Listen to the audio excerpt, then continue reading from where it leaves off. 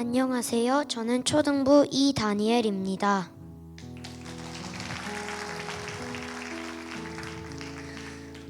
우선 이 자리를 내어주신 하나님께 감사를 드립니다.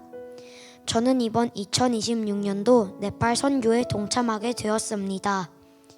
어릴 때부터 항상 아빠와 엄마가 선교 가시는 뒷모습을 보며 나도 선교 가보고 싶다 라는 마음을 품고는 있었지만 막상 아빠의 제안으로 네팔 선교를 신청하고 나니 마음이 무겁고 오히려 가기 싫은 마음이 들었습니다. 왜냐하면 엄마도 너무 보고 싶을 것 같고 낯선 환경이 두렵게 여겨졌기 때문입니다.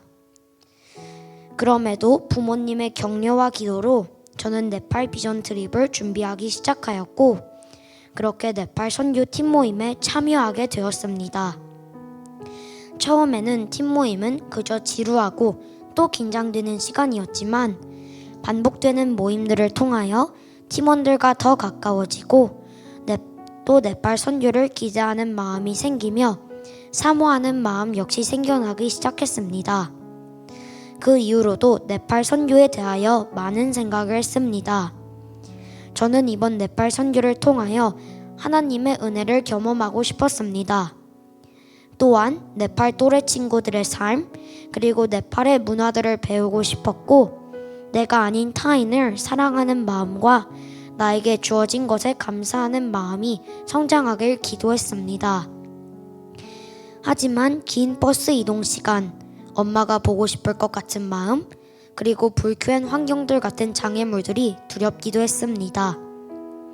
그래도 하나님께서 저를 지켜주실 것을 믿고 네팔 선교 여정을 떠났습니다. 네팔 선교는 상상 그 이상으로 즐겁고 행복했습니다. 또한 감사하게도 하나님께서 제가 선교를 떠나기 전 가지고 있던 모든 두려움과 장애물들을 다 평지처럼 걷게 하시고 제가 배우고 싶고 성장하고 싶었던 모든 영역에서 성장시켜 주시고 배우게 하셨습니다. 이번 약 2주간의 네팔 선교를 헤쳐나가면서 저에게 가장 의미 있던 시간은 네팔 선교의 첫 목적지였던 치트완 소망의 집에서 보낸 나흘이었습니다. 소망의 집 친구들이 저를 치트완 소망의 집에서 지낸 나흘간 저는 소망이들과 즐겁고 행복하게 지냈습니다. 소망의 집 친구들이 저를 너무나 좋아해 주었고 저도 소망의 집 친구들이 너무 좋았습니다. 비록 문화도 다르고 살아온 환경도 다르지만 하나님께서 우리의 아버지라는 공통점을 발견하였고 언어도 달랐지만 예배하면서 하나됨을 깊게 경험할 수 있었습니다. 소망의 집에서 저는 형제 사랑에 대하여 배우게 되었습니다. 우리는 모두 그 위대하신 하나님의 자녀들이고 우리는 모두 서로를 하나님이 뜻하신 대로 사랑하려고 만드신 존재라는 걸요. 소망의 집을 떠날 때 친구들이 써준 편지에 큰 감동을 받았습니다. 만약 다음에 또 소망의 집을 방문한다면 꼭 친구들에게 답장을 해서 전해주고 싶습니다. 그렇게 아쉬운 마음을 뒤로하고 소망의 집을 떠나 그 다음 목적지인 포카라로 이동하게 되었습니다. 포카라에서도 여러 사역을 하게 되었습니다.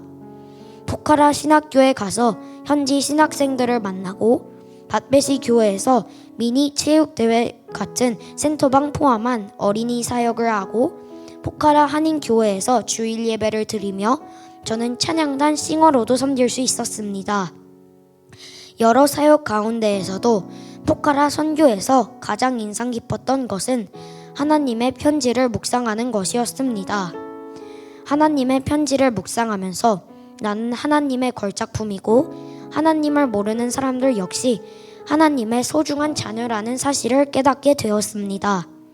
그러므로 모든 친구들이 우리의 구원자이신 예수님을 만나도록 사랑하는 마음으로 복음을 전하고 만나는 사람들에게 친절함과 환대하는 마음으로 대해야 함을 깨달았습니다. 하나님께서 나를 사랑하시는 것처럼 네팔 모든 사람들 역시 사랑하신다는 것을 알게 하셨습니다. 하나님의 편지를 묵상하던 시간은 이번 선교에서 저에게 가장 큰 울림과 깨달음을 준 시간이었습니다. 이번 네팔 선교는 저를 많이 성장시키고 가르쳤습니다. 첫 선교에도 불구하고 너무나도 큰 사랑을 느꼈던 여정이었습니다. 아빠와 함께 등반했던 히말라야 트레킹도 너무 인상적이었고 모든 것이 완벽한 선교 여행이었습니다. 우리 성도님들도 기회가 된다면 꼭 네팔 땅에서 일하시는 하나님을 경험하러 네팔에 가보시기를 바랍니다. 이번 선교를 안전하게 다녀오게 해주신 하나님께 다시 감사를 올려드리고 제 간증을 들어주셔서 감사합니다.